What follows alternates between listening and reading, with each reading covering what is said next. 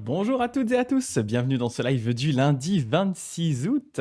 Salut à Inoshishi, salut Neytirip, merci pour ton premier message dans le chat d'ailleurs, merci beaucoup, salut Eponine, comment est-ce que ça va de votre côté? J'espère que vous avez passé toutes et tous un très très bon week-end. Moi de mon côté, eh bien, j'ai mon ami japonais qui est à la maison, du coup, qui est tatoueur également, hein, du coup, ça a été un peu session tatouage, voilà, ce week-end, un petit peu de tatouage vendredi, un petit peu de tatouage samedi. On a pu terminé, alors pas évident à montrer à la cam, on a terminé mon lotus qui est là, le lotus, le lotus du bras, et on a eu l'opportunité de commencer aussi un tatouage sur le pec pour continuer le bodysuit. C'est une représentation des trois joyaux que sont le Bouddha, le Dharma et la Shanga. Donc le Bouddha, ses enseignements et la communauté des moines. Salut Alice. Et du coup, c'est représenté comme ça avec un petit doigt pour cacher le téton. Voilà, faut pas que je me fasse ban de Twitch. Donc là, c'est que le début, bien sûr, il manque les couleurs et tout ça. Mais en fait, comme il est en voyage actuellement, il n'avait pas forcément toutes les bonnes couleurs. Donc on continuera ça une fois d'après. Donc c'est cool. C'est un joli motif. Tatoueur à domicile, c'est cool. Là, c'est pratique. Il est chez moi, il loge chez moi. Donc c'est assez adaptable. Mais il reste très très peu de temps cette fois. Les fois d'avant, avant le Covid, quand il venait, il avait tendance à rester facilement 10 jours, voire 2 semaines. Donc là, c'est vrai qu'on avançait. Et en général, je me faisais tatouer. En général, le soir après le boulot, à l'époque, je bossais encore en Suisse. Du coup, je faisais ma journée de taf. Lui, pendant la journée, il tatouait d'autres clients. Je lui préparais en général un planning avec les clients. C'est moi qui les contactais et tout ça. Je lui faisais son petit planning. Donc, il tatouait des gens en général, des clients la journée. Et le soir, c'est moi qui tatouais. Et donc, comme ça, c'est vrai qu'on avançait vachement vite parce qu'on faisait 2-3 heures de tatouage après le taf pour moi. Et je retournais taffer le lendemain. Donc, ça avançait. Mais là, il reste que 5 jours. Et il a beaucoup de clients qu'il n'a pas vus depuis longtemps. Donc, je ne veux pas non plus prendre trop de spots. On voulait aussi qu'il ait un jour de congé parce qu'il tourne un peu dans toute l'Europe. Il a plein d'amis en Europe, donc il bouge comme ça de pays en pays. Donc c'est dit, en fait, ouais, on va lui laisser un jour de repos. Et puis il a 4 jours pour tatouer des clients et un petit peu moi. Donc bon, cette fois, je l'ai pas surchargé de demandes de tatouage. Je continuerai soit la prochaine fois que j'irai au Japon, soit quand il reviendra la fois d'après, un peu plus longtemps. Donc bon. Mais ouais, je suis content. Merci beaucoup, Anne Eteri, pour c'est super beau, merci beaucoup. Merci beaucoup. J'aime beaucoup. Non, vraiment, ça va être stylé. Après, voilà, faut imaginer hein, quand il y aura aussi les couleurs dessus. À la base, en fait, l'idée, c'est qu'il y ait aussi tout un background. Attends, je vais vous montrer en zoomant de l'autre côté. Hop. Voilà, de l'autre côté, je cache le téton. De l'autre côté, en fait, hein, j'ai tout le bras et le pec qui est avec un poème d'un d'un- d'un- d'un pratiquant du Jodo Shinshu. Donc, et comme ça, et du coup, le but, c'est effectivement à terme sur ce tatouage-là également de rajouter le fond avec et tout, plus bien sûr les couleurs. Mais bon, ça se fera dans un second temps. Eh ben, bonne journée, tu dois y aller. Bah, salut, salut, Neteri, salut, salut. J'ai pas dit, j'ai plein de projets de tatouage, mais il me faut de l'argent. Ouais, c'est sûr, c'est sûr. En fait, moi, c'est drôle parce que bon, là, c'est un peu à part, mais comme c'est devenu mon pote, que je l'héberge, je le nourris, je m'arrange pour lui récupérer les clients, je prépare son planning, je fais usage d'interprète aussi, typiquement. D'ailleurs, aujourd'hui, je vous préviens, il faut vraiment que je parte, genre à 9h50. On verra, le texte est à peine long aujourd'hui, j'ai mal calibré mon coup, parce qu'en fait, justement, on a un client qui vient à 9h, enfin, qui doit être là à 10h, donc il va probablement venir à peine avant. Et le gars ne parle ni anglais ni japonais, donc il faut vraiment que je sois là pour servir d'interprète. En plus, ils étaient pas trop d'accord sur le design. Lui, il voulait un truc, mais Orimio, le tatoueur, il était genre ouais, mais par rapport à ce que tu as déjà niveau symbolique, c'est pas ouf ouf. Donc il va falloir y avoir des discussions. Donc il faut vraiment que je sois ouais, à 9h50. Il faut que j'arrête pour être sûr que je sois là quand il arrive pour pouvoir discuter. Et du coup, ce que je voulais dire par là, c'est que comme je fais tout ça, en fait, actuellement, il me tatoue gratuitement quand il me tatoue chez moi. Quand je viens au Japon, je paye quand même, bien sûr. Il me fait souvent des discounts parce que je suis un vieux client et un ami. Mais quand il me tatoue, quand il est chez moi et que je l'héberge, en général, il me fait ça gratuitement. Donc c'est vrai que c'est un bon moyen de pouvoir avancer sur ce projet de tatouage sans avoir à dépenser des sommes folles parce que ça coûte vite un bras, hein. Les tatouages, c'est au sens littéral comme au sens figuré, hein, ça coûte un bras quand tu te fais tatouer le bras. Voilà, mais c'est pour ça, c'est ce qui me permet d'avoir un bodysuit en cours bien avancé et de pas non plus me ruiner dessus, quoi. Quand il va arriver en robe de prêtre tout de suite, ça va poser l'ambiance. Moi, c'est surtout ce qui va faire peur, c'est en avril. En avril, hein, normalement, je suis censé rester donc une semaine dans un temple au Japon pour salut jardin de thé, une semaine dans un temple, donc le Higashi-Onganji, donc le plus gros temple, un des plus gros temples de Kyoto. Ah ouais, donc le Higashi-Oganji à côté de la gare de Kyoto, qui est le temple mère de ma branche du Jodo Shinshu. En fait, dans l'enceinte du temple, en fait, il y a un bâtiment un peu moderne qui est caché derrière. En fait, ce bâtiment moderne, c'est un bâtiment qui sert justement pour les retraites des moines. pour les faire avancer justement, donc leur faire passer des grades de moine. Et donc je vais y passer une semaine en avril. Et dans ce bâtiment, eh bien, il y a des bains publics, des onsen, hein, vraiment un onsen, un sento plutôt, hein, comme on trouve au Japon. Donc des bains où bah, du coup tu vas avec tout. Déjà, tu dors dans la même chambre avec plusieurs autres moines, hein, je crois à 6 dans la même chambre, qui sont d'ailleurs des grandes pièces en tatami, hein, donc tu dors sur des futons à 6 avec les autres gars. Alors je ne sais pas s'il y en a un qui rompt, ça va être fun. Et surtout, bah, tu te laves, tout le monde va se laver en même temps dans le onsen. Et les gars, quand ils vont me voir à poil, va falloir que peut-être que je les prépare mentalement avant, en leur disant, vous aimez les tatouages? Oui? Vous avez peur des tatouages? D'accord? À partir de quelle taille ça vous fait peur?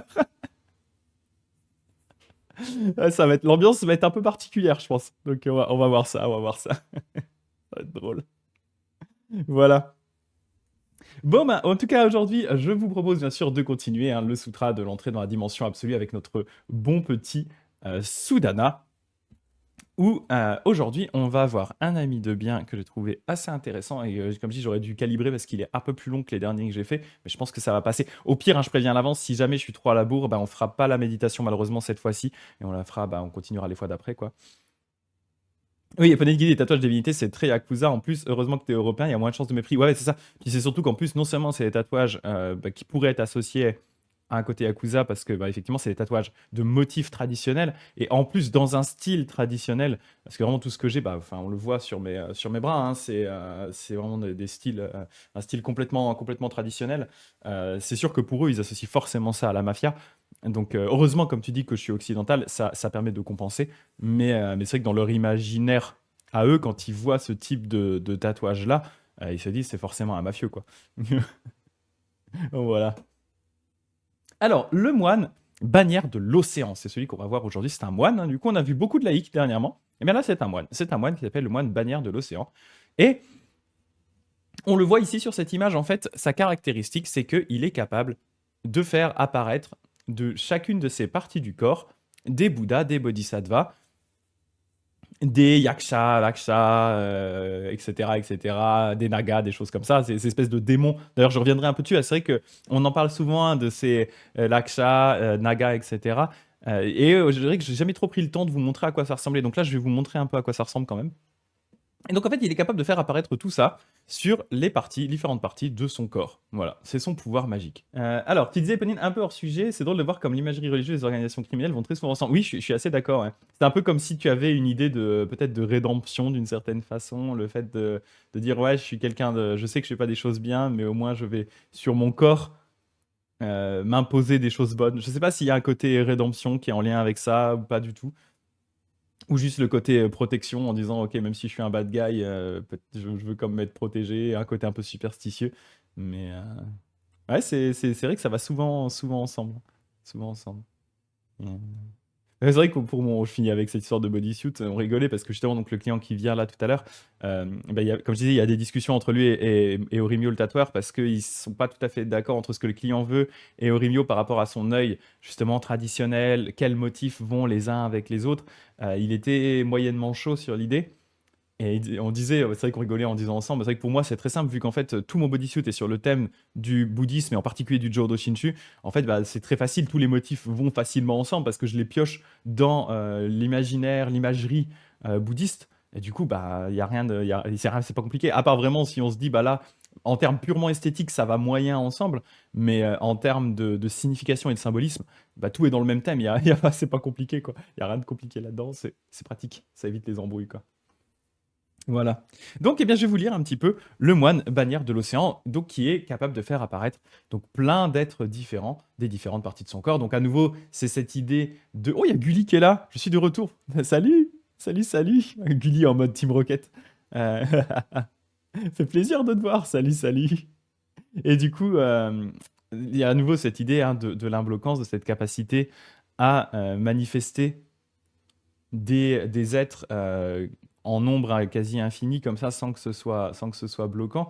Cette idée aussi que du coup de par sa propre méditation, alors on peut le voir aussi d'une façon plus métaphorique, hein, de par sa propre méditation, il est capable de faire voir aux autres justement tous ces êtres bénéfiques juste en le regardant, en le regardant méditer. Parce qu'en fait, c'est ça qui va se passer, vous allez voir, hein. Sudana en fait va le regarder méditer, et en le regardant méditer, il va voir toutes ces choses apparaître autour du moine, apparaître de ces différentes parties du corps.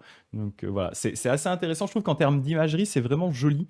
Cette capacité qu'il a justement à faire apparaître tout un tas d'êtres différents qui vont œuvrer pour le bien des êtres. Ce qui est d'ailleurs assez souvent le cas, mais on va souvent plutôt le décrire en termes de lumière. C'est-à-dire, on va souvent décrire que les bodhisattvas et les bouddhas vont pouvoir faire apparaître des rayons de lumière de différentes parties de leur corps, et ces rayons de lumière, des fois, vont justement être accompagnés ou vont donner naissance à des bouddhas et à des bodhisattvas. Là, c'est vraiment plus factuel, entre guillemets, plus pratique. Il fait vraiment apparaître des êtres. Voilà, il fait apparaître des êtres des différentes parties de son corps. Euh, voilà, sans forcément, hein, de mémoire, sans forcément avoir besoin de passer par justement entre guillemets l'artifice de la lumière. C'est pas ce qu'il utilise lui en fait. Voilà. Donc c'est le moine bannière de l'océan.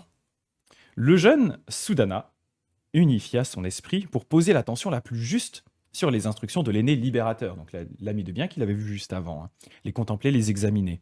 Il évoqua son inconcevable libération de Bodhisattva, réfléchit aux inconcevables lumières de la sagesse des Bodhisattvas, s'enfonça dans l'inconcevable accès de la dimension absolue, s'orienta vers l'inconcevable point d'accès universel des Bodhisattvas, vit clairement les inconcevables prodiges des ainsi venus, donc des Bouddhas, hein, comprit et réalisa l'inconcevable accès à tous les champs de Bouddha, apprécia les inconcevables ornements des forces des Bouddhas, réfléchit à cette instance de l'inconcevable monde d'objets des méthodes de libération des Bodhisattvas, donc le fait qu'il soit capable de générer un nombre infini de méthodes de libération, il réalisa et atteignit l'imbloquance ultime de ces inconcevables mondes différents, médita sur l'inconcevable aspiration supérieure, ferme et stable des Bodhisattvas, et il produisit l'inconcevable karma pur qui fait suite aux grands vœux des Bodhisattvas. Sa progression vers le sud l'amena à la limite de l'île du Jamboisier, donc à la limite de ce qui est considéré dans la, on va dire, géographie de l'époque indienne et cosmologie, on va dire, bouddhiste de l'époque, notre monde en fait, hein. Donc il arrive au bord, il est au bord de l'île, donc il est face à l'océan, hein, concrètement, au pays de Milasvarana. Alors ce nom n'a pas traduit omniprésente, apparemment ce serait omniprésente pureté. Voilà, alors je suppose que ce n'est pas un lieu réel, mais peut-être. Où partout il chercha le moine bannière de l'océan. Il finit par le voir qui marchait au bord de la terre. Donc je pense qu'il est en train de se balader au bord de la falaise, hein, concrètement. Au bord de la terre, le moine s'assit les jambes croisées et entra donc en samadhi, donc en méditation. C'est le moine bannière de l'océan. C'est ça. Exactement. Mais il y en a beaucoup qui ont un lien avec l'océan, hein, dans les premiers amis de bien de Sunada. Après, bien sûr, il y a le fameux capitaine Vaillant, mais ils sont plusieurs en lien avec l'océan. Il y a par exemple le moine nuage de l'océan qu'on avait vu avant. Le moine nuage de l'océan. Donc voilà, il y a un rapport avec les nuages, les océans, ce genre de choses. Donc le moine entre en méditation avant même que Sudana ait le temps de lui parler. Alors je ne sais pas si le moine ne l'a pas calculé, mais voilà, il est en train de faire sa petite promenade de méditation, et là, paf, au bord de la falaise, il se cale en méditation, et il bouge plus. Les mouvements de sa respiration cessèrent. Pardon, je décale ça. Les mouvements de sa respiration cessèrent, et il n'eut plus de pensée ni de sensation. Son corps était parfaitement immobile. Donc là, il rentre vraiment ce qu'on appelle en samadhi, hein, donc il est dans un état de recueillement profond. Et c'est là que, du coup, ses pouvoirs magiques vont se manifester. De la plante de ses pieds jaillirent alors d'innombrables dizaines de milliards d'aînés et d'adeptes laïcs au comportement très pur. Donc là, ce sont on va dire des bodhisattvas, mais ce qu'on appellerait des fils de bonne famille, d'une certaine façon, hein. Ce sont des laïcs qui ont un comportement pur, couverts de toute une variété de précieux ornements. Typiquement, Sudana fait partie, hein, avant qu'il donne vraiment naissance à l'esprit d'éveil, et même encore après, il fait partie de cette catégorie d'êtres qu'on qualifierait justement un adepte laïque. Alors c'est pas un aîné, lui c'est un enfant, mais d'adepte laïque, hein, au comportement très pur. Typiquement, c'est le genre de personne qu'est Sudana, quoi. Donc, variété de précieux ornements et coiffés de diadèmes en pierres précieuses, dont la pointe s'ornait d'une perle éclatante, qui se dispersèrent dans tous les mondes des divans de l'espace, en y répandant tous les joyaux, tous les colliers, tous les vêtements, toutes les nourritures et les boissons à suprême saveur de dharma, toutes les fleurs, toutes les guirlandes, tous les encens, tous les onguents parfumés, et tous les moyens de subsistance plaisants et désirables. Donc là, ça rejoint pas mal, hein, les autres laïcs qu'on a vus dernièrement euh, parmi les amis de bien de Sudana, qui justement hein, œuvrent pour le bien des êtres en comblant leurs besoins réels, physiques, en nourriture, en boisson, en vêtements, etc. Donc là, c'est ce que font ces adeptes laïcs et ces aînés qui sont générés de la plante des pieds du moine bannière de l'océan. En tout lieu, il se portait au secours des êtres les plus démunis et consolait tous ceux qui souffraient en leur apportant la joie et la pureté de l'esprit afin qu'ils accomplissent la voie de l'éveil suprême. Donc ça, c'est le premier. Il jaillit de ces petits petons de moines. Ensuite, des genoux du moine jaillirent d'innombrables dizaines de milliards de kshatriyas. Alors kshatriya, j'ai un peu vérifié parce que j'avais pas la ref. C'est concrètement une des classes de l'hindouisme et c'est la deuxième classe. Donc c'est pas les brahmas, mais c'est justement la classe qui comporte les rois, les guerriers, vraiment la noblesse. Voilà, en gros, c'est la classe de la noblesse, la caste pardon de la noblesse dans le système de caste indien. Donc voilà, hindou. Donc, donc ce sont des nobles, hein, du coup, hein, ce sont des nobles qui sont générés, des milliards de nobles au comportement très pur, qui dotés de sage intelligence et arborant toute une variété de complexions et de marques, donc de marques sublimes. Chaque fois, je pense aux marques de beauté dans My Little Pony, ça me fait rire, mais ils ont des marques hein, qui prouvent leur noblesse, justement, de formes et de silhouettes, de vêtements et de parures extraordinaires, remplir tous les mondes des divans de l'espace, en attirant tous les êtres avec des paroles aimantes et des gestes de sympathie. Non seulement il comblait les pauvres, soignait les malades, apaisait les êtres en danger, rassurait ceux qui avaient peur et rendait la joie aux mélancoliques, mais il les conseillait aussi et les guidait habilement pour qu'ils renoncent au mal et s'établissent dans le bien. Donc cela c'est pareil, du coup, il continue d'une certaine façon hein, l'œuvre des laïcs, des premiers laïcs qu'on a vus qui sont sortis de la plante des pieds du moine, hein, donc qui comblaient vraiment les besoins physiques. Là, c'est pareil, ils continuent à combler les besoins, mais ils vont aussi apporter des paroles aimantes, ils vont rassurer les gens, soigner les malades. Donc ils continuent l'œuvre, on va dire, un peu des premiers, et ils rendent la joie aux mélancoliques. Hein. Ils aident les gens qui sont... Ils font office de psy aussi, ils sont très très bien. Donc ils soignent vraiment les gens autant au niveau physique qu'au niveau psychologique, donc ça c'est cool. Et donc il les conseille pour qu'ils puissent renoncer au mal et s'établir dans le bien. Ensuite, de son nombril jaillirent des rishis. Alors les rishis, c'est un terme qui a des fois été utilisé pour les Bouddhas notamment. Là, par rapport à la description qu'il donne, je pense que c'est le sens plus classique de rishi, où ce sont globalement, on va dire, des pratiquants de l'hindouisme, des ascètes notamment, voilà, des personnes saintes, mais plus peut-être sous l'angle d'une certaine façon de l'hindouisme, en tout cas d'apparence, même si on va voir hein, qu'ils vénèrent les Bouddhas, etc. Mais leur apparence correspond plus aux saints et aux ascètes qu'on pourrait retrouver dans l'hindouisme. On nous dit hein, donc de son nombril jaillir des rishis aussi innombrables que tous les êtres, dont certains étaient vêtus de paille. C'est pour ça que je dis voilà le côté ascète. Hein. D'autres d'écorce un vase d'ablution à la main, qui avec des gestes sereins tourbillonnait dans les mondes des 10 directions, où depuis l'espace, ils usaient de leur merveilleuse voix de Bouddha pour chanter la louange des ainsi venus, prodiguant leurs enseignements. Certains expliquaient la voie de la très pure chasteté, qui permet de discipliner les sens. D'autres expliquaient le sens et sens de toute chose en suscitant la sagesse de la connaissance chez ceux qui analysaient les phénomènes. D'autres encore expliquaient les théories et les règles en usage dans le monde. Et d'autres enfin révélaient les moyens essentiels de faire jaillir la sagesse omnisciente en méditant progressivement sur ses œuvres. Donc là, on est entré dans un côté déjà plus, on va dire, spirituel, avec vraiment des pratiques pour discipliner les sens, des pratiques de méditation, de la théorie. Donc là, voilà, on a dépassé le cadre plus besoin matériel pour entrer déjà dans le côté plus spirituel des choses. Donc là, ils sont sortis de son nombril. C'est assez, ça me fait assez marrer. Il y a vraiment des parties du corps. Et d'ailleurs, ça rejoint un thème qui est assez présent dans le sutra de l'ornementation fleurie, l'Avatamsaka Sutra, dont, je le dis toujours, ce sutra-là de l'entrée dans la dimension absolue est également le dernier chapitre. Je dis toujours, hein, l'entrée dans la dimension absolue a circulé de deux façons, en tant que sutra indépendant, donc texte sacré en lui-même, qui se tient en lui-même, qui est là, comme ça, qui est tout seul, mais aussi comme le dernier chapitre du sutra de l'ornementation fleurie, qui est un maxi giga sutra, très très grand.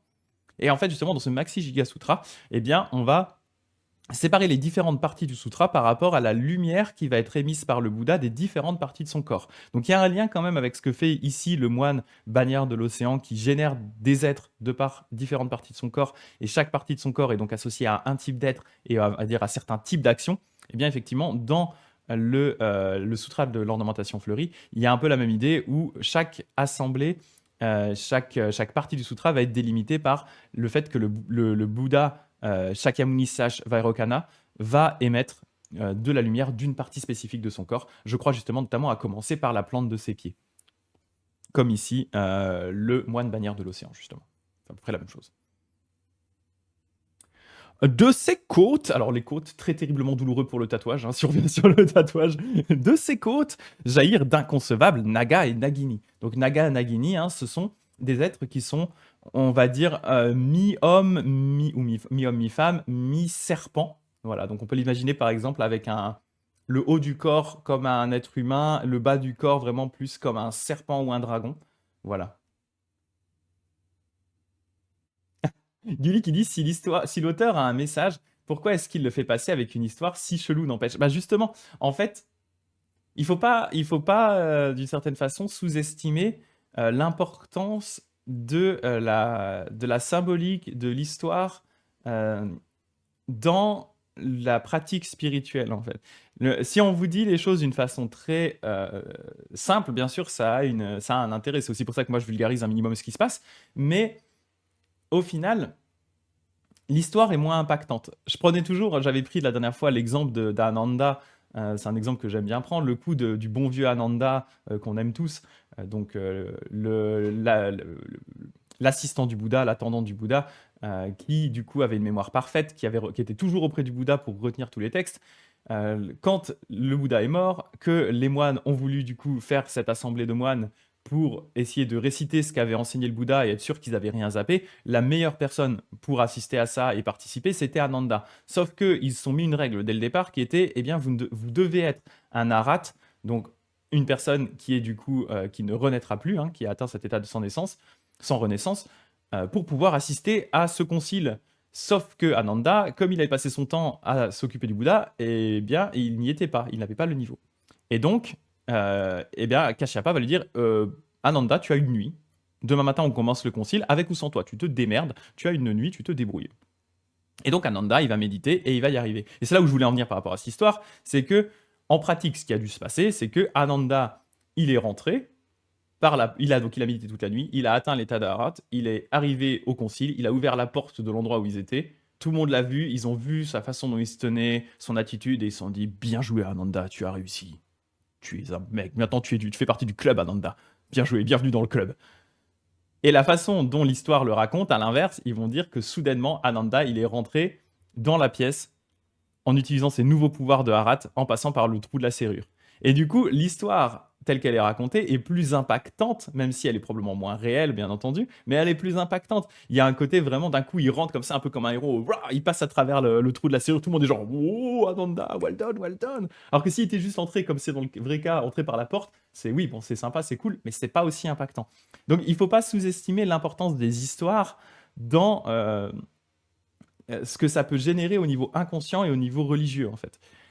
Si on se contentait juste, sinon on arrive directement simplement à de la philosophie pure, et la philosophie pure c'est très bien, mais à mon sens, l'imaginaire, enfin en tout cas la pratique spirituelle nourrit également de l'imaginaire. Et typiquement, moi je méditais ce matin et je pensais au moine bannière de l'océan et à ce qui génère, etc.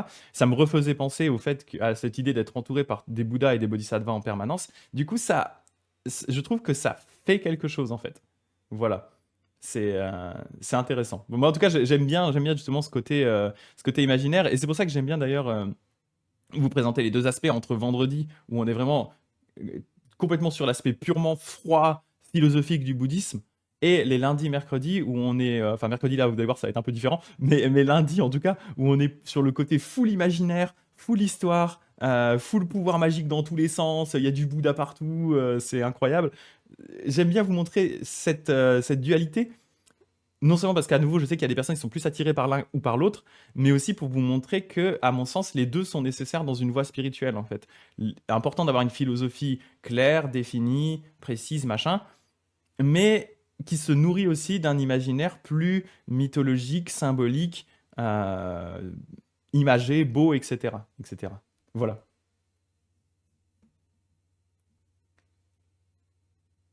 Ouais. Et c'est vrai qu'à l'époque, bien sûr, c'est aussi d'une certaine façon, comme disait Éponine, c'est aussi lié un peu au contexte de l'époque aussi, en fait, ouais, effectivement. Mais même d'une certaine façon, hors contexte, hein, hors contexte.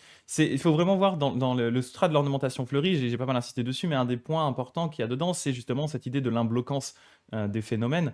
Et du coup, ben, le moine bannière de l'océan est une bonne façon de représenter l'imbloquance des phénomènes où, de par un être, peuvent se manifester une multitude d'êtres qui vont combler l'entièreté de la dimension absolue sans se bloquer en eux-mêmes. Et ça, cette idée, cette imagerie, en fait, vous pouvez la générer vous-même en méditation, en fait, essayer d'imaginer que dans l'espace d'apparence vide qui vous entoure pendant votre méditation, se trouve en réalité une infinité de Bouddhas et de Bodhisattvas qui sont en train de faire tout leur possible pour que les gens arrêtent d'être cons. Et c'est vous y compris, bien entendu, hein, vous êtes dans le tas, hein. Je parle de vous, mais je parle de moi. Quand je dis vous, je parle pas de vous le chat, hein, je parle de la personne qui fait la méditation. Je parle de moi, en fait, accessoirement. Voilà. Et du coup, ben ça... Voilà, pour moi, ça se nourrit de ce type d'imaginaire. Voilà.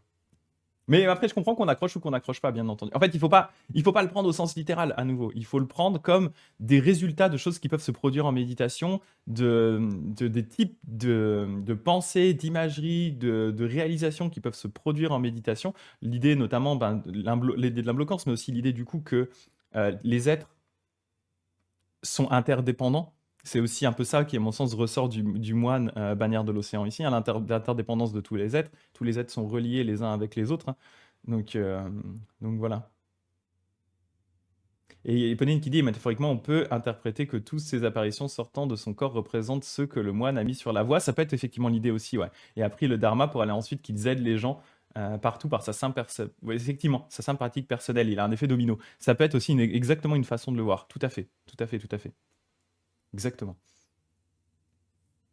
Donc du coup, je ne sais plus où j'en étais. J'en étais au Naga, je crois, hein. Ouais, ça, de son côté, jaillir d'inconcevables. Donc Naga, hein, hommes et femmes serpents, qui manifestent des inconcevables prodiges des Nagas. Ils sont en général liés à la pluie notamment, hein. Des nuages, d'où il dit là, des nuages d'où tombaient des pluies d'inconcevables parfums, des nuages de fleurs inconcevables, des nuages d'inconcevables guirlandes, des nuages de précieuses ombrelles inconcevables, des nuages d'inconcevables oriflammes précieuses, des nuages d'inconcevables ornements extraordinaires, des nuages de grands joyaux magiques inconcevables, des nuages d'inconcevables colliers de joyaux, des nuages de trônes sertis de pierreries inconcevables, des nuages d'inconcevables palais en matière précieuse, des nuages de fleurs de lotus inconcevables, des nuages d'inconcevables couronnes piquées de gemmes, des nuages de dieux et de déesses inconcevables, qui comblaient le ciel de leurs ornements et d'offrandes, des airs d'éveil, des Bouddhas dans les mondes des divans de l'espace, pour la plus grande joie des êtres. Donc eux, leur pratique, hein, du coup, des Nagas ici, c'est de générer des offrandes pour que, donc ils les génèrent en masse, ils génèrent des offrandes en masse pour que les êtres puissent derrière les distribuer sans avoir besoin d'avoir de l'argent ou quoi que ce soit pour pouvoir ensuite les distribuer au Bouddha et au Bodhisattva, faire justement. Donc eux font des offrandes au Bouddha et ils font des offrandes à tous les êtres pour que ces êtres puissent ensuite faire des offrandes à tous les autres.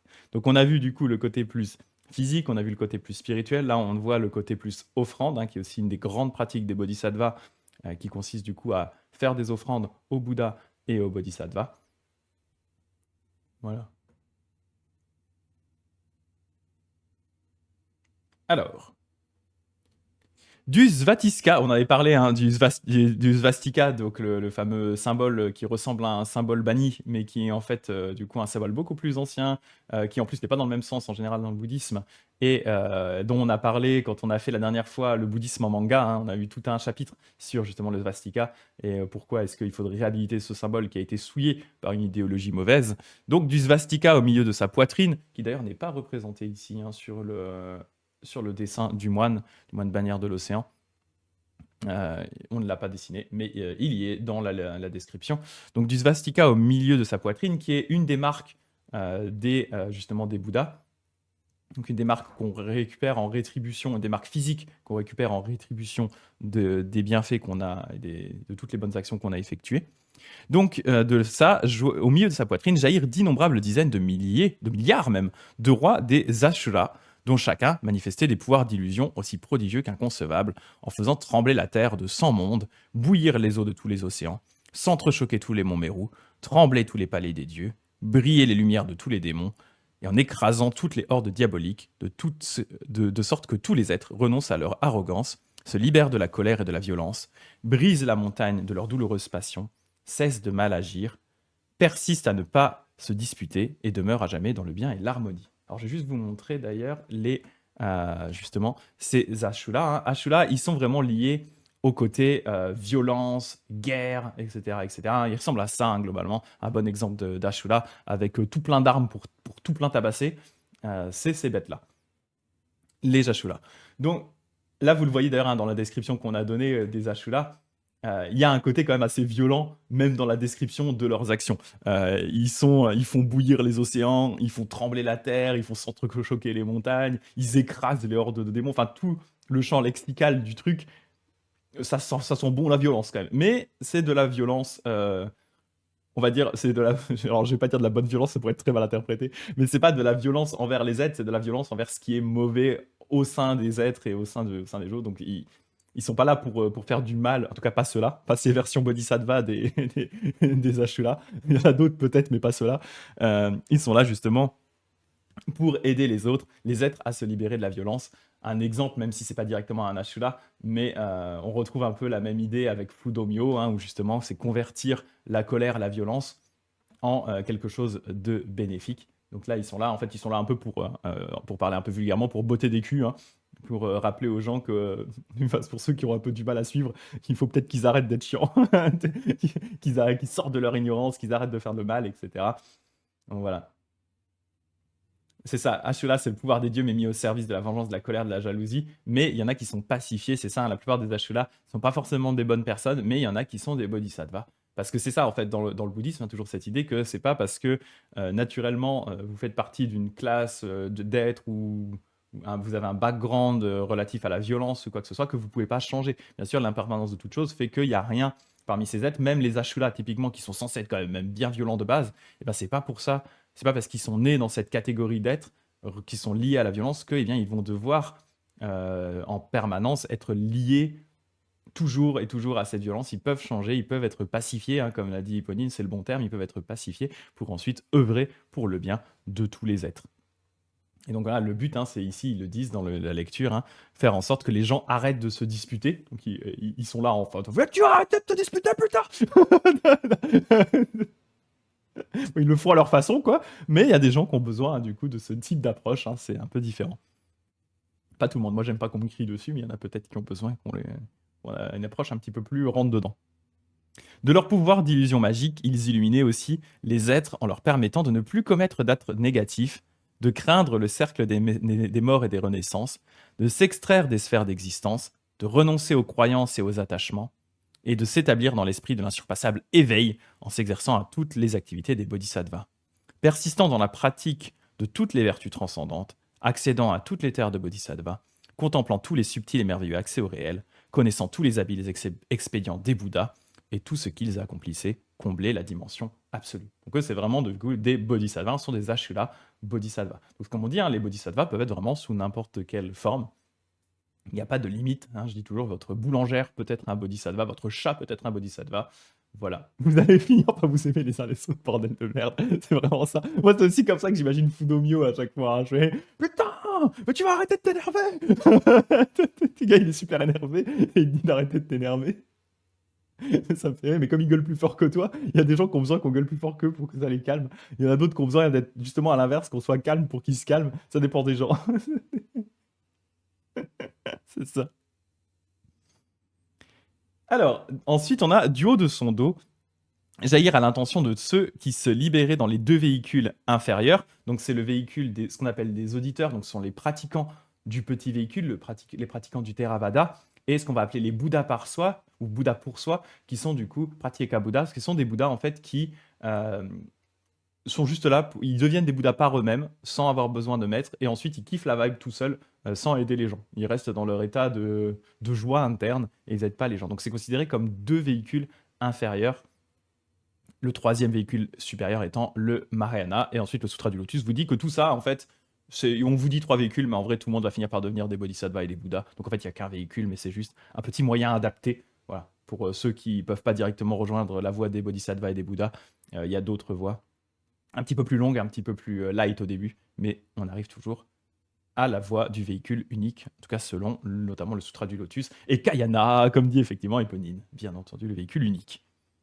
Donc, Il y avait donc il fait apparaître d'innombrables dizaines de milliards d'auditeurs, hein, donc de moines du Theravada, hein, et de Bouddha par soi, qui, à ceux qui étaient attachés à l'existence du moi, enseignaient son inexistence.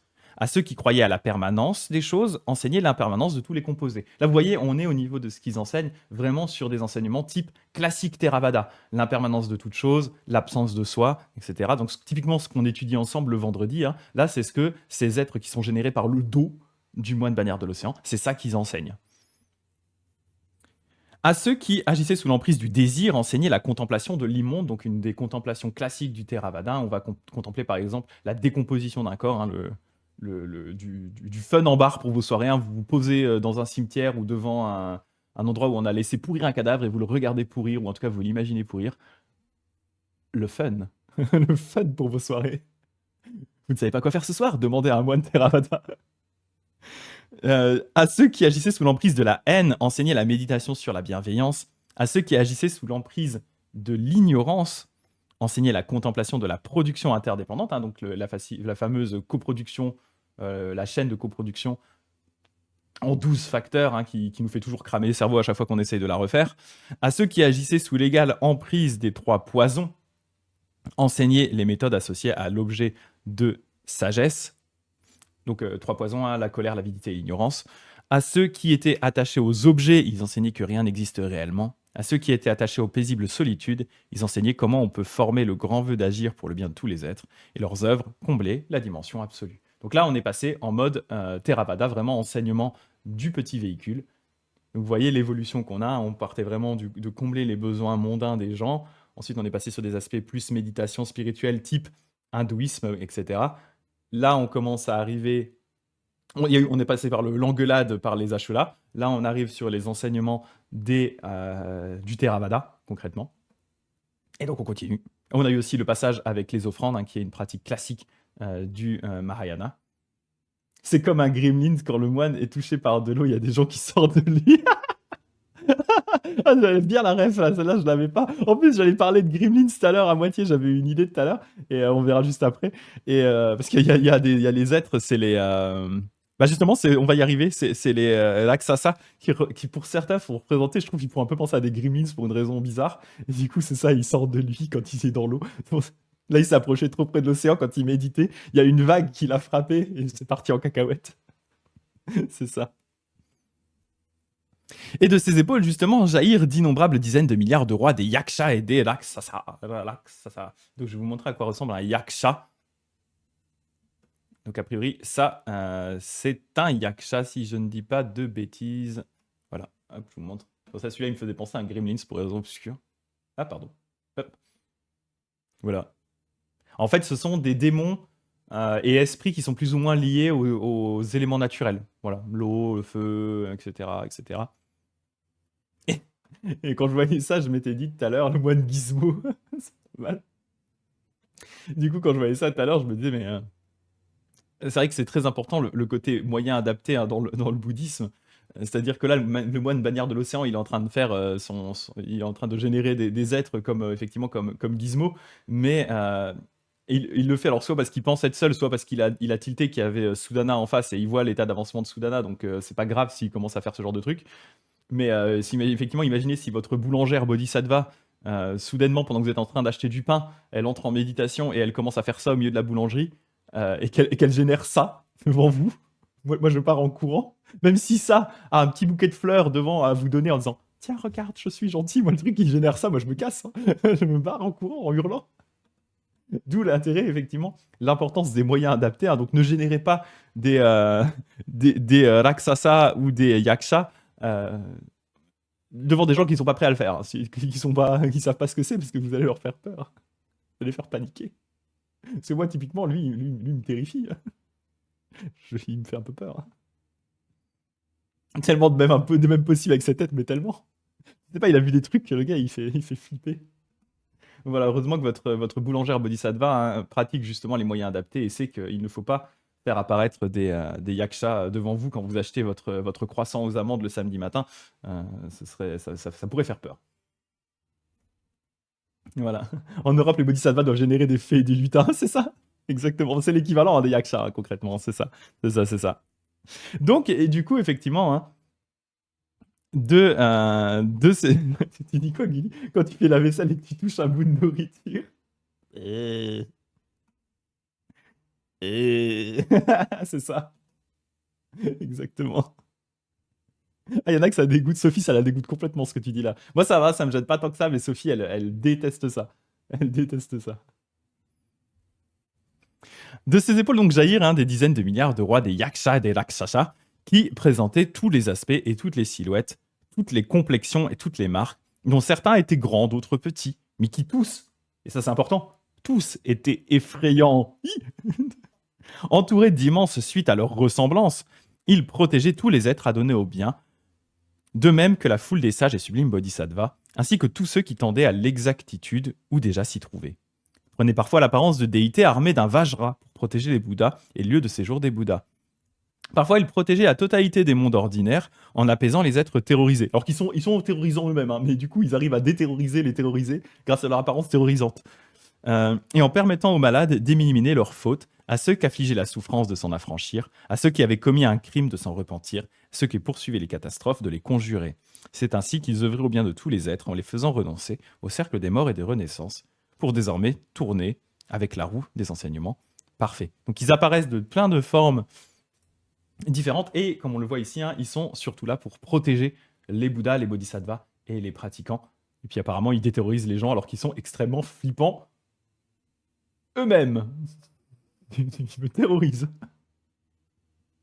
Voilà. Donc ça, c'était les Rakshasa et les Yaksha. Ensuite, on a les Kinara. Alors, je vais vous montrer les Kinara. Les Kinara, hop, ce sont... Alors, il y a plusieurs types de Kinara. Apparemment, en tout cas, en fonction des pays bouddhistes, ils ne sont pas représentés de la même façon. Mais j'ai l'impression que ce qui revient le plus, c'est ça. Ce sont des êtres qui sont mi-zosio, mi-bonhomme. Enfin, mi-Jean, mi-Zosio. Voilà. Ils ont des pattes de Zosio, un cul de Zosio et un haut de Gugus. Voilà. Donc, c'est ça, du coup, les Kinara. Et ils sont liés à la musique en général, le côté céleste et musique. Voilà. Donc ce sont des Kinara et des Kinari pour les versions féminines. Voilà. D'ailleurs, on les voit ici, je vous le montre là sur du coup la lecture. On a ici une représentation, vous les voyez ici, hein, il y a le corps, du coup, un corps d'être humain et du coup un bas du corps qui est sous la forme d'un zosio. Voilà. Et donc de son ventre, et comme je dis, ils sont liés à la musique, on va le voir ici, hein, de son ventre jaillirent d'innombrables dizaines de milliards de rois des Kinara, chacun précédé, suivi et entouré d'innombrables Kinari, donc des versions masculines et féminines de ces gens zosiaux. De même jaillirent d'innombrables dizaines de milliards de rois des Gandharva, chacun précédé, suivi et entouré d'innombrables Gandharvi. Chacun et chacune jouait d'innombrables centaines de milliers de musiques célestes, en chantant la louange de la nature véritable des choses, la louange de tous les Bouddhas, la louange de la production de l'esprit d'éveil, la louange de la conduite des bodhisattvas, la louange des méthodes employées par tous les Bouddhas pour accomplir l'éveil authentique et parfait, la louange des méthodes employées par tous les Bouddhas pour faire tourner la roue des enseignements, et la louange des méthodes employées par tous les Bouddhas pour manifester leurs prodiges. Ce faisant, il révélait comment tous les Bouddhas accèdent au nirvana complet, comment on protège les enseignements de tous les Bouddhas, comment on peut faire la joie de tous les êtres, comment on orne et purifie tous les chants de Bouddha, comment on donne à voir toutes les qualités subtiles et merveilleuses, comment on déjoue et élimine tous les obstacles, et comment on produit toutes les racines de bien, et cela combler la dimension absolue dans les divans de l'espace. Donc là, on voit ici, ce qu'ils font, c'est une offrande. Ils font deux choses, hein. Ils font des offrandes de musique, qui d'ailleurs est une grande différence entre le Theravada et le Mahayana, où normalement dans le Theravada, la musique est censée de base être interdite pour les moines. Là, dans le Mahayana, la musique est une offrande classique qui va se faire au Bouddha. Donc les chansons, la musique, etc., sont tout à fait autorisées, sont considérées comme des offrandes. Et donc, en plus de l'offrande de musique, eh bien, on va aussi louer, donc faire des louanges des Bouddhas, des Bodhisattvas, qui est aussi considéré comme un acte important, un acte bénéfique. Idée à jouer à boire à chaque innombrable prend un shot. Ah oui, bah là il y a le côté. Ça c'est pour Dagdag, hein, si jamais il voit le replay, spécial dédicace à Dagdag, hein, qui adore il adore les répétitions dans les sutras. Là il y a pas mal d'une certaine façon de répétitions, mais voilà, je trouve le côté c'est intéressant parce qu'en fait chacune de ces catégories d'êtres va réaliser un type d'action qui est importante pour un bodhisattva en fait. Ils vont chacun représenter une des pratiques importantes des bodhisattvas. Je trouve ça assez cool. Et puis il y a un bestiaire assez sympa à voir aussi, mine de rien, quoi. Ensuite, on continue de son visage. jaillirent d'innombrables dizaines de milliards de sublimes souverains cosmiques en possession de leurs 7 trésors, entourés de leurs 4 corps d'armée et rayonnant de grandes lumières d'impartialité. Donc c'est les souverains avec leur armée cosmique, hein. D'innombrables joyaux tombaient d'eux en pluie, en comblant tous les indigents pour qu'à jamais ils renoncent à voler. Il pleuvait d'eux aussi les plus honnêtes jeunes filles. Alors, ils font pleuvoir des jeunes filles. Ah, j'espère qu'ils ont prévu un truc à l'atterrissage. Par innombrables centaines de milliers qui s'adonnaient à la générosité sans attachement, en abolissant à jamais toutes les formes d'inconduite sexuelle. Alors là, à nouveau, pour moi, un petit peu de misogynie vite fait. Hein, genre, faut que ce soit les filles qui arrêtent l'inconduite sexuelle. Par contre, les mecs, on n'en parle pas trop là, mais bon, ok. Ok, bon. Écrit par des mecs, hein, le truc rappelle. Hein. Instaurant la bienveillance qui jamais ne prend la moindre vie. De même que l'usage définitif et constant de paroles de vérité. Oh oui, ça aussi très misogyne ça. En arrêtant les plaisanteries vaines et les creux bavardages pour les remplacer par ces paroles qui attirent les autres sans semer la discorde. Genre les filles, ça bavarde tout le temps, quoi. Voilà. Le sutra, quoi. C'est le sutra qui dit. Hein. Écrit par des mecs, je rappelle. Hein. Voilà, du coup, des paroles douces et agréables où il n'est pas trace de méchanceté grossière. Ces explications suivies qui font définitivement la lumière sur ce qu'il y a de plus profond par-delà l'inutile, des festons et des astragales. J'ai aucune idée de ce que veut dire ces deux mots, feston et astragale. Si quelqu'un a un peu plus de vocabulaire que moi aujourd'hui, il parle maintenant ou se taise à jamais. Je n'ai pas vérifié. Je pleure, it's raining women, it's raining women, Namusan, c'est ça. Faut faire attention quand même, je pleure. Ouais, alors, j'aimerais pas pleuvoir non plus, hein. Ou en tout cas, j'espère qu'on a prévu un truc à l'atterrissage, quoi. Enseignant le peu de désir, les déesses chassaient l'attachement et la soif, et nettoyant l'esprit de ses moindres défauts. Enseignant la grande compassion, elles chassaient la colère et la haine en offrant la pureté au mental. Enseignant la vérité absolue, elles offraient d'analyser toute chose en s'immergeant dans la profonde production interdépendante, la claire compréhension du principe de vérité, arracher les épines des vues fausses, écraser les montagnes de l'erreur et du doute. Tous les obstacles s'en trouvaient abolis. Aussi, leurs œuvres comblaient-elles la dimension absolue. Donc là, on parle vraiment plus du côté bodhisattva femme dans cette partie-là, avec une petite couche de misogynie par-dessus là, hop, étalée au couteau là. Feston et astragale, c'est fleurs, non, j'en ai aucune idée. J'en ai aucune idée. Attends, je vais taper ça juste pour voir quand même qu'on fasse pas le stream en étant idiot. Feston. Un feston. Oh, guirlande de fleurs, bien joué. Bordure dentelée et brodée, bien vu. Non mais ouais, c'est ça. Et astragale. Astragale. Ah bah c'est une fleur aussi. Bah bien joué. Éponine à la ref. Guirlande de fleurs et fleurs liées en cordon que l'on suspend en forme d'arbre. Bah bien joué. Éponine avait la ref du coup. Bien joué, bien joué. Du coup, de ses yeux jaillirent d'innombrables dizaines de milliards de soleils. Alors là, on génère carrément des soleils. Ne pas regarder le soleil trop droit dans les yeux, hein, sinon on devient aveugle. De soleils qui illuminèrent tous les grands enfers et les mauvaises destinées en éliminant la souffrance. Donc ça paraît une activité importante des bodhisattvas, hein, le fait du coup d'apparaître dans les enfers, les destinées mauvaises, et d'aider les êtres à se libérer de la souffrance. Ça, c'est un point qui est important dans le bouddhisme. Hein. C'est pas parce que traditionnellement il y a des enfers et que les gens retombent dedans qu'on va dire c'est bien fait pour leur gueule, vous avez qu'à rester là jusqu'à ce que vous ayez, on va dire, brûlé littéralement. Brûlé littéralement, d'ailleurs on le verra avec un petit coup de Nagasena vendredi, où ils vont parler des enfers à un moment, ils vont brûler littéralement leur karma négatif. C'est pas pour ça que les bodhisattvas vont les laisser croupir là-dedans en disant bien fait pour toi. Tu n'avais qu'à pas être un menteur slash tout ce que vous voulez pour attirer là-dedans. Au contraire, ils vont aller dans les enfers pour aider les gens, pour qu'ils puissent se libérer le plus vite possible de la souffrance. Les bodhisattvas n'aiment pas voir souffrir les gens, c'est la base. Donc là, eh bien, on a ces soleils qui vont illuminer les ténèbres, illuminer les enfers pour que les gens, en éliminant la souffrance, illuminer les enfers pour éliminer la souffrance. Ça veut dire très très vite ça 3 fois. Illuminer les enfers pour éliminer la souffrance.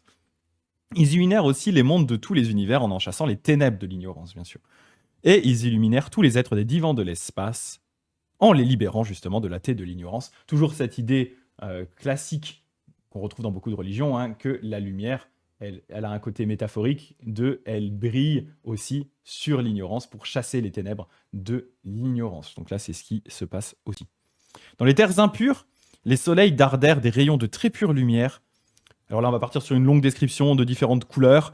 Je vais vous la faire rapidement parce que c'est pas forcément très intéressant. Dans les terres d'argent, des rayons d'or. Dans les terres d'or, des rayons d'argent. Dans les terres de lapis-lazuli, des rayons de cristal. Je crois que je vais sauter ces passages-là. Bon, bref. En fait, dans chaque type de terre, en fonction de l'apparence, eh bien, ils font apparaître différents types de rayons. Je suis désolé, je suis obligé parce que je suis un peu à la bourre. Je suis désolé. Du coup, je vais passer ce passage-là. En tout cas, voilà, ils rayonnent différents types de lumière de différentes couleurs en fonction des types de terre. Ces rayons illuminaient la jungle de l'esprit des êtres, différenciaient leurs innombrables activités et paraient en les ornant les mondes d'objets au sein de tous les univers, en purifiant l'esprit des êtres et en les plongeant dans la joie. Autant d'œuvres qui comblaient la dimension absolue. Donc là, on peut le voir, hein, le soleil aussi comme une métaphore du coup de la lumière des bodhisattvas, hein, comme je disais, lumière qui éclaire les ténèbres de l'ignorance des êtres, qui vont aussi éclairer les zones où vraiment il n'y a que de la souffrance type les enfers pour justement aider les gens à se libérer de cette souffrance qu'ils ressentent et qu'ils puissent du coup très rapidement pouvoir atteindre une renaissance qui soit moins horrible que la plus horrible qui est justement les enfers. On est bientôt au bout de ces descriptions, hein, bien sûr. Depuis la marque de poils blancs enroulé entre ses sourcils, qui est donc le fameux point qu'on voit là, hein, sur le front des Bouddhas, c'est en fait un sourcil, c'est une touffe de poils, voilà. C'est une des marques des Bouddhas. Donc, depuis la marque de poils blancs entourée entre ses sourcils, jaillirent d'innombrables dizaines de milliards d'Indras, donc un des dieux de l'hindouisme, dont chacun dominait un monde d'objets. Au sommet de leur tête était attachée une précieuse perle magique, d'où jaillissaient des rayons de lumière qui éclairaient tous les palais des dieux, faisaient trembler tous les souverains Montmérou et illuminaient toutes les grandes assemblées divines. Ils vantaient la force des mérites, expliquaient la force de la sagesse, produisaient la force de leur félicité, tenaient la force de leur volonté, purifiaient la force de leur mémoire et assuraient la force de l'esprit d'éveil qu'ils avaient engendré. Ils célébraient la vision du Bouddha qui chasse les désirs profanes, l'écoute du Dharma qui dégoûte des objets profanes et la contemplation de la sagesse qui abolit les souillures profanes. Ils arrêtaient la guerre contre les Asholas, parce qu'ils aiment bien se taper dessus avec les Asholas, un classique, faisaient taire les disputes émotionnelles, abroger la peur de la mort, former le vœu de défaire les démons, dresser le souverain Montmérou du Saint Dharma et mener à bien toutes les entreprises des êtres. Ainsi, leur œuvre comblait la dimension absolue. Ici, on retrouve un élément important, hein, qui est le fait que dans le bouddhisme, les dieux de l'hindouisme, en fait, sont des serviteurs du Bouddha et des Bodhisattvas, des protecteurs des Bouddhas et des Bodhisattvas. Ils sont là, ils sont inspirés par les Bouddhas et les Bodhisattvas, et du coup, d'un point de vue hiérarchique, ils sont effectivement, bien entendu, en dessous. C'est un des états de renaissance, hein, la renaissance en tant que Dieu, mais ça reste dans le cycle des naissances et des morts, où à un moment, ces dieux vont finir par mourir et vont du coup se réincarner, et je dis souvent potentiellement peut-être en cochon d'Inde en fonction de ce qu'ils auront fait. Donc, eh bien, ça les pousse, grâce au Bouddha, ça les pousse à travailler eux-mêmes, à œuvrer pour le bien de tous les êtres, à protéger le Bouddha, et à aussi des fois à donner des petits coups de main aux bodhisattvas qui sont un peu perdus sur la voie, hein. Des fois, ils apparaissent, ou même le Bouddha lui-même, hein, au moment où justement il venait d'atteindre l'éveil et il ne savait pas trop s'il allait pouvoir enseigner tout ce qu'il avait réussi à comprendre, qui lui paraissait si complexe à enseigner aux êtres normaux. Et bien justement, c'est à ce moment-là que les dieux de l'hindouisme apparaissent et lui font: «Eh gars, tu vas pas rester à glander! Allez, go!» Alors, ils sont là pour donner des petits coups de pied, motiver les gens, parce que ils profitent de ce côté noble qu'ils ont, hein, et ils ont cette autorité naturelle en tant que dieu. Donc quand eux, ils viennent te dire: «Bon gars, faut peut-être que tu te mettes à pratiquer un petit peu là. Là tu glandes un peu là franchement, là ça avance plus là». Donc voilà, ils sont là pour ça aussi, quoi.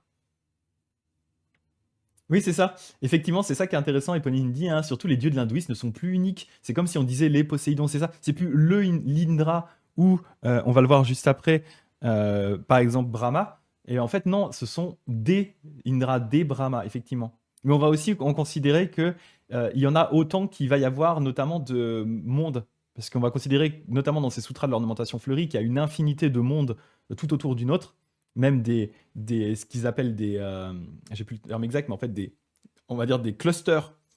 Il y a des clusters de mondes infinis qui contiennent eux-mêmes des infinités de mondes. Et du coup, dans chacun de ces mondes, eh bien, il y a un Indra, en fait, tous ces dieux de l'hindouisme sont multipliés par le nombre de mondes qu'il y a.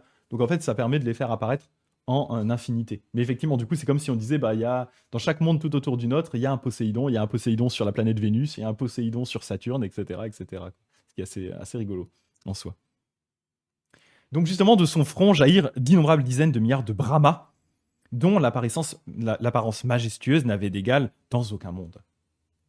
Leurs gestes étaient sereins et leur voix d'une beauté extraordinaire. Ils exhortaient le Bouddha à enseigner. Donc ça, justement, hein, c'est le classique.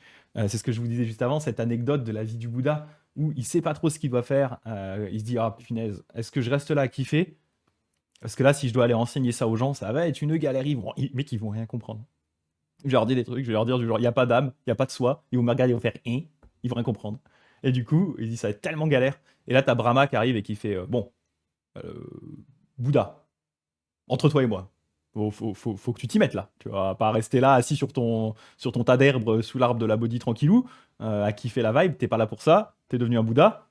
Tu y vas. Tu te motives. Just do it. Il est à côté du Bouddha. Just do it, ok? Voilà, il le motive.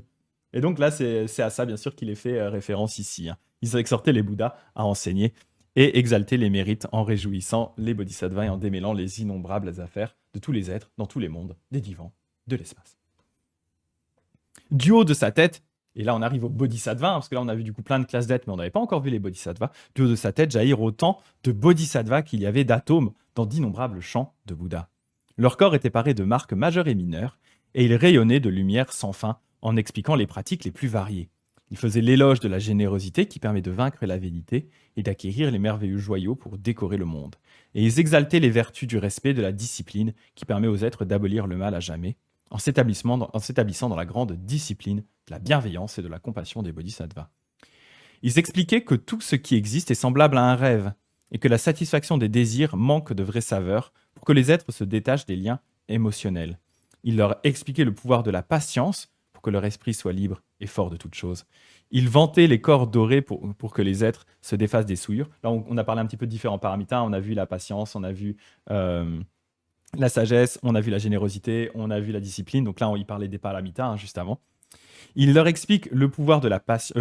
Il vantait les corps dorés pour que les êtres se défassent des souillures de la haine, produisent l'antidote qui les détourne du monde des animaux. Renaissance en cochonnat, d'un nouveau, c'est pas ouf, hein. Ils exaltaient la diligence dont la pratique éloigne de la négligence vulgaire en incitant à la méditation sur d'innombrables enseignements merveilleux. Donc là, on continue avec les paramitas, hein. Ils célébraient la concentration transcendante qui permet de contrôler toutes les pensées. Ils expliquaient la connaissance transcendante en révélant la vue juste qui permet à tous les êtres de jouir de la sagesse souveraine en détruisant le poison des vues fausses. Ils expliquaient qu'il faut s'adapter à tout ce qui se fait dans le monde pour que, même libres du samsara, les êtres puissent renaître librement dans toutes les destinées. Ils manifestaient les métamorphoses résultant de leur pouvoir extraordinaire en expliquant le pouvoir de vivre très longtemps pour que les êtres forment de grands vœux. Il leur expliquait comment on parfait le pouvoir des formules de mémoire, comment on engendre le pouvoir des grands vœux, comment on purifie et prépare le pouvoir des recueillements de concentration, et comment on acquiert le pouvoir de renaître librement. Ça, c'est le point important des bodhisattvas, c'est qu'ils peuvent renaître, ils ne subissent plus le cercle des naissances et des morts, hein, c'est-à-dire que, contrairement à une personne normale dans le bouddhisme, qui du coup, voilà, il meurt aujourd'hui, demain, il renaît en cochon d'Inde ou en lama pour ceux qui ont vu Cusco, c'est pas cool. Donc il subit. En fait, une personne normale subit le cercle des naissances et des morts. Le bodhisattva, lui, il a atteint cet état où, du coup, il ne subit plus le cercle des naissances et des morts, mais il choisit librement de renaître à travers ce cycle, sous ce cercle des naissances et des morts, pour aider tous les êtres. Dagdag, ah salut Dagdag, salut. Presque matinal, je serai à l'heure mercredi. Ah ouais, mercredi, il faut que tu sois là, parce que mercredi, ça va envoyer du steak. Excellent, excellent. Voilà, vu le niveau d'innombrable, je suis en coma éthylique depuis longtemps. Ah ouais, ouais. Ah bah si tu prends à chaque fois dans Sutra tous les cas où ils sont d'innombrables de milliards ou de mots type inconcevable, etc. Là, effectivement, ça commence à être violent, quoi. Au pire, le client, il vient à la fin du live, je le fais méditer, ça le rendra plus calme pour supporter la douleur. Ah, c'est clair, c'est clair.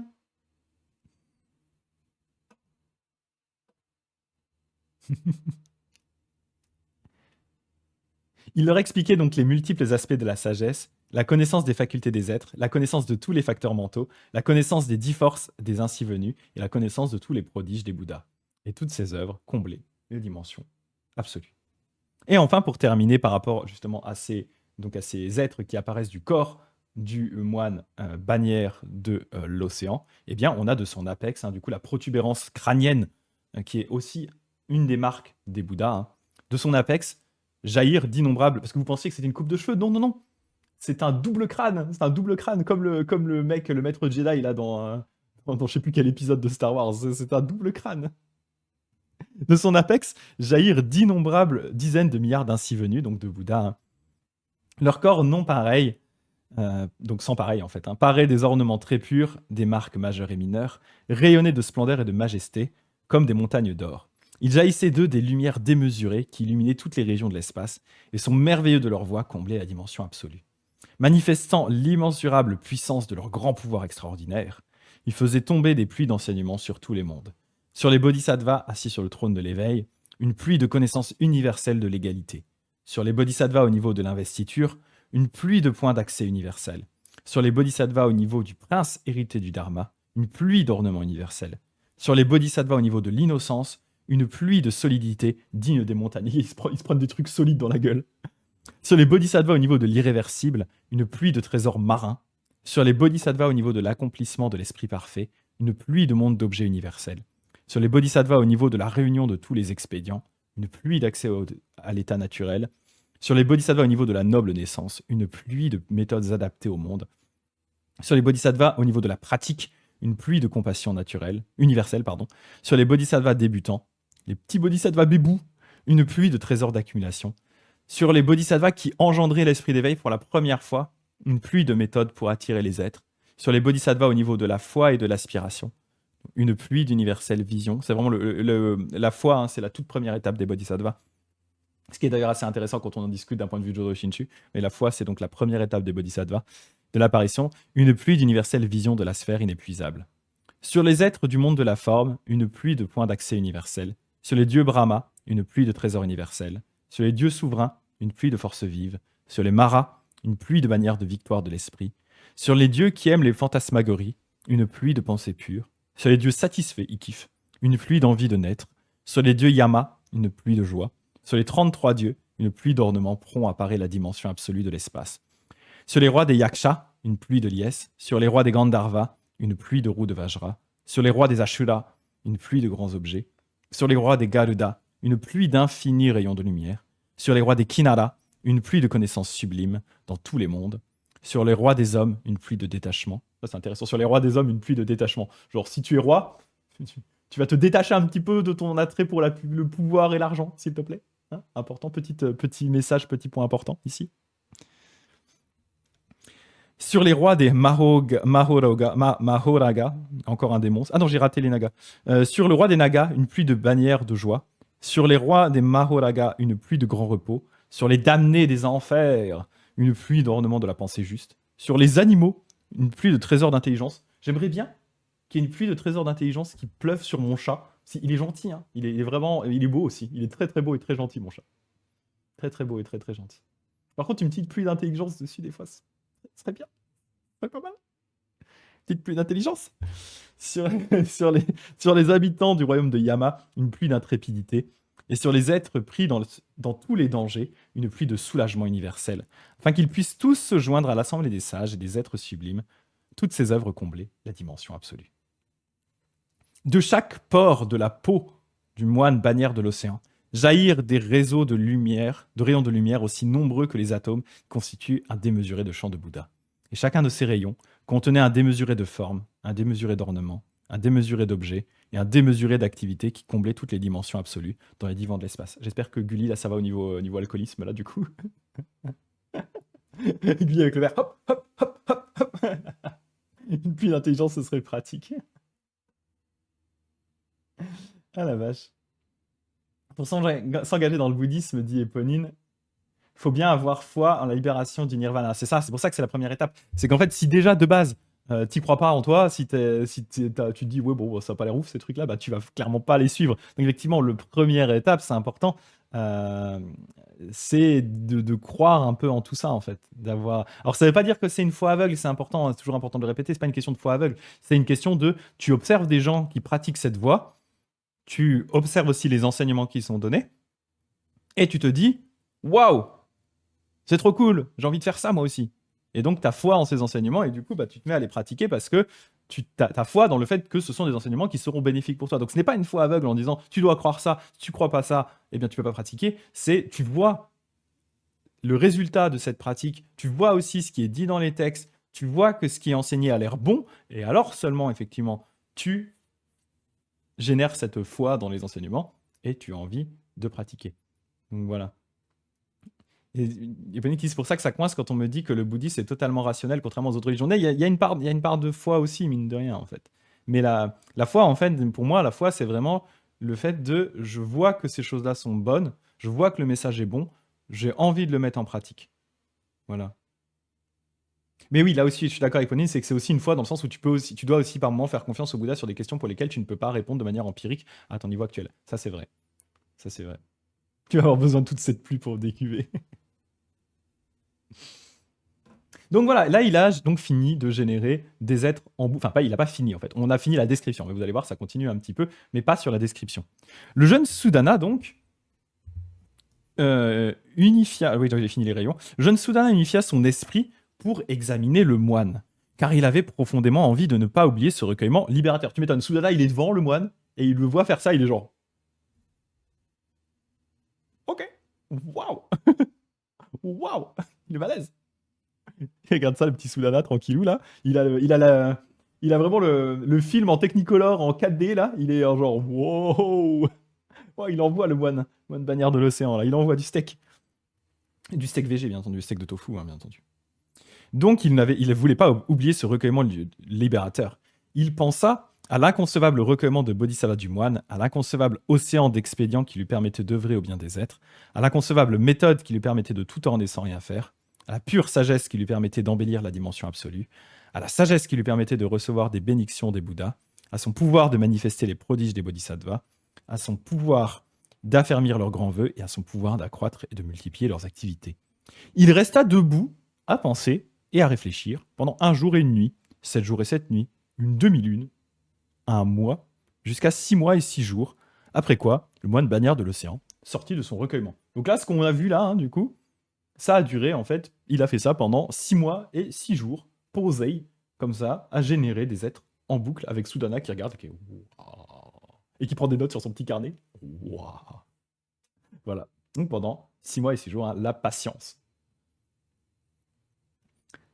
Et donc il a finalement fini par sortir au bout de 6 mois et 6 jours, hein, il sort de son recueillement. Le jeune Sudana le félicita alors en ces termes. Quelle merveille être sublime, tu m'étonnes. Quelle merveille être sublime, tout cela est inouï. Ce recueillement est le plus profond des recueillements profonds. Il est immense. Son objet est illimité. Là, il est en mode fanboy, hein, Sudana. Là, il est genre, wow.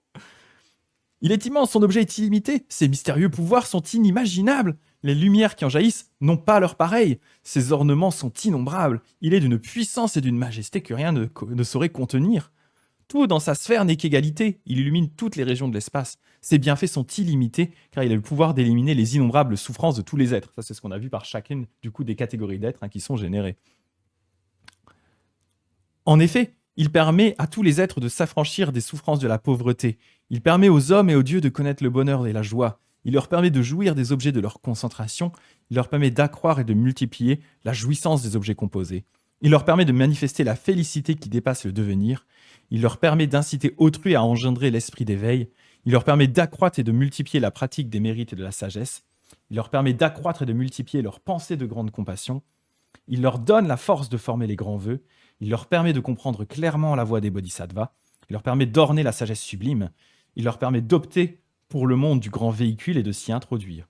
Il leur permet de s'illuminer aux activités de Samantabhadra. Donc Samantabhadra, toujours le bodhisattva Fugen, qui représente le côté pratique des bodhisattvas, pas le fait qu'ils soient pratiques comme un tournevis, mais le fait qu'ils fassent des pratiques.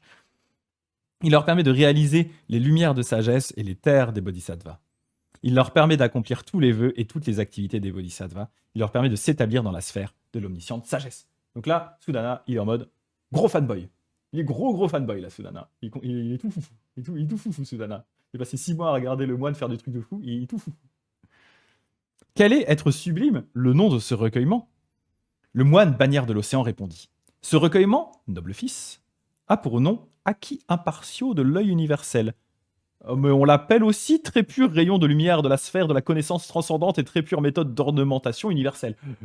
Le premier était plus court.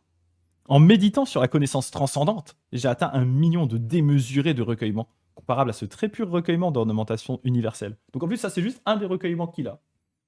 Le jeune Sudana demanda. Est-ce là être sublime, l'ultime portée de la sphère de ce recueillement?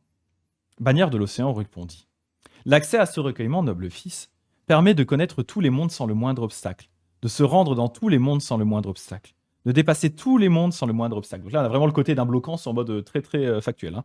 D'orner tous les mondes sans le moindre obstacle, d'ordonner tous les mondes sans le moindre obstacle, d'orner et de purifier tous les mondes sans le moindre obstacle, de voir tous les mondes sans le moindre obstacle, de contempler l'immense majesté de tous les Bouddhas sans le moindre obstacle, de connaître les souverains et mystérieux pouvoirs de tous les Bouddhas sans le moindre obstacle, de réaliser les forces immenses de tous les Bouddhas sans le moindre obstacle, d'entrer dans l'océan des qualités de tous les Bouddhas sans le moindre obstacle, de recevoir les innombrables enseignements de tous les Bouddhas sans le moindre obstacle, de s'engager dans les enseignements de tous les Bouddhas et de s'exercer à leurs pratiques merveilleuses sans le moindre obstacle, de réaliser la sagesse de l'égalité de tous les cycles d'enseignement des Bouddhas sans le moindre obstacle, de contempler les enseignements des Bouddhas dans les divans de l'espace sans le moindre obstacle, d'attirer par grande compassion tous les êtres des divans de l'espace sans le moindre obstacle, de toujours avoir pour eux grande bienveillance qui comble les divans de l'espace sans le moindre obstacle, de voir l'esprit des Bouddhas des divans de l'espace sans le moindre obstacle, de plonger dans l'océan de tous les êtres sans le moindre obstacle, de connaître l'océan des facultés de tous les êtres sans le moindre obstacle,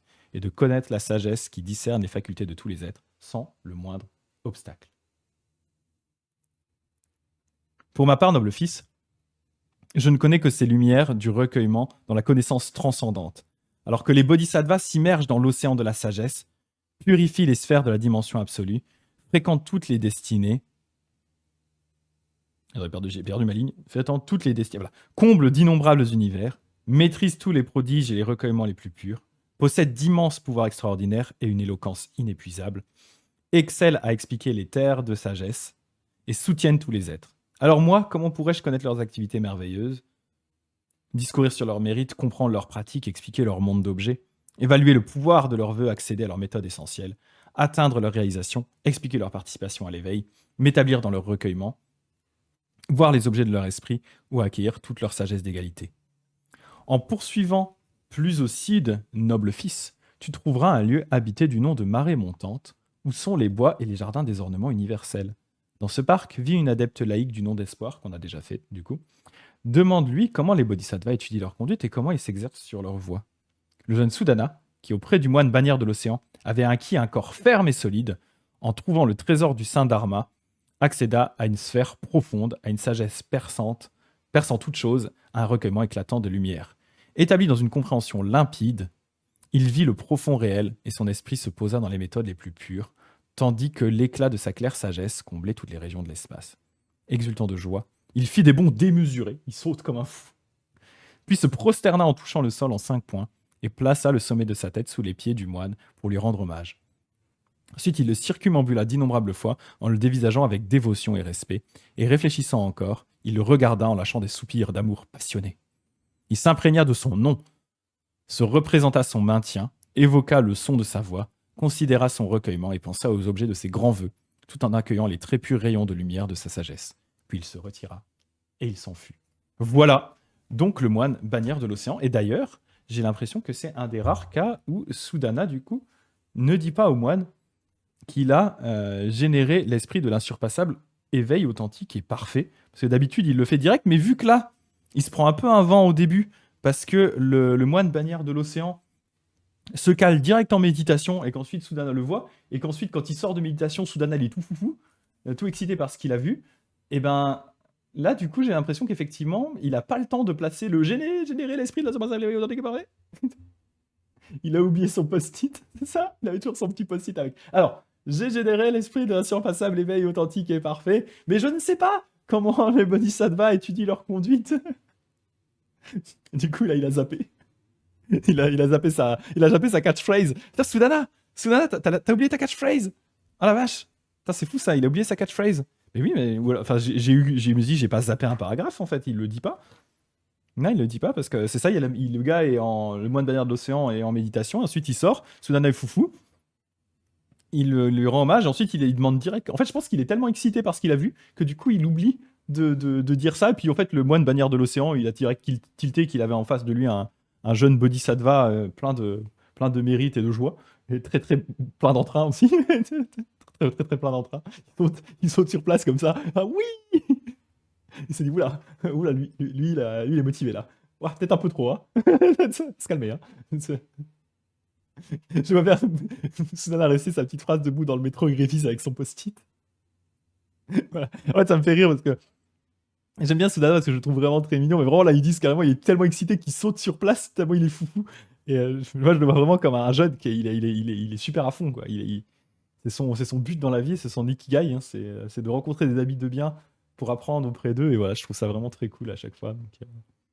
Donc voilà. J'espère que c'était intéressant, c'est un peu particulier. C'était intéressant aussi d'avoir cette discussion sur le côté, l'importance de de la symbolique, de l'imagerie, des histoires, de la mythologie justement dans la religion et dans ce que ça peut apporter.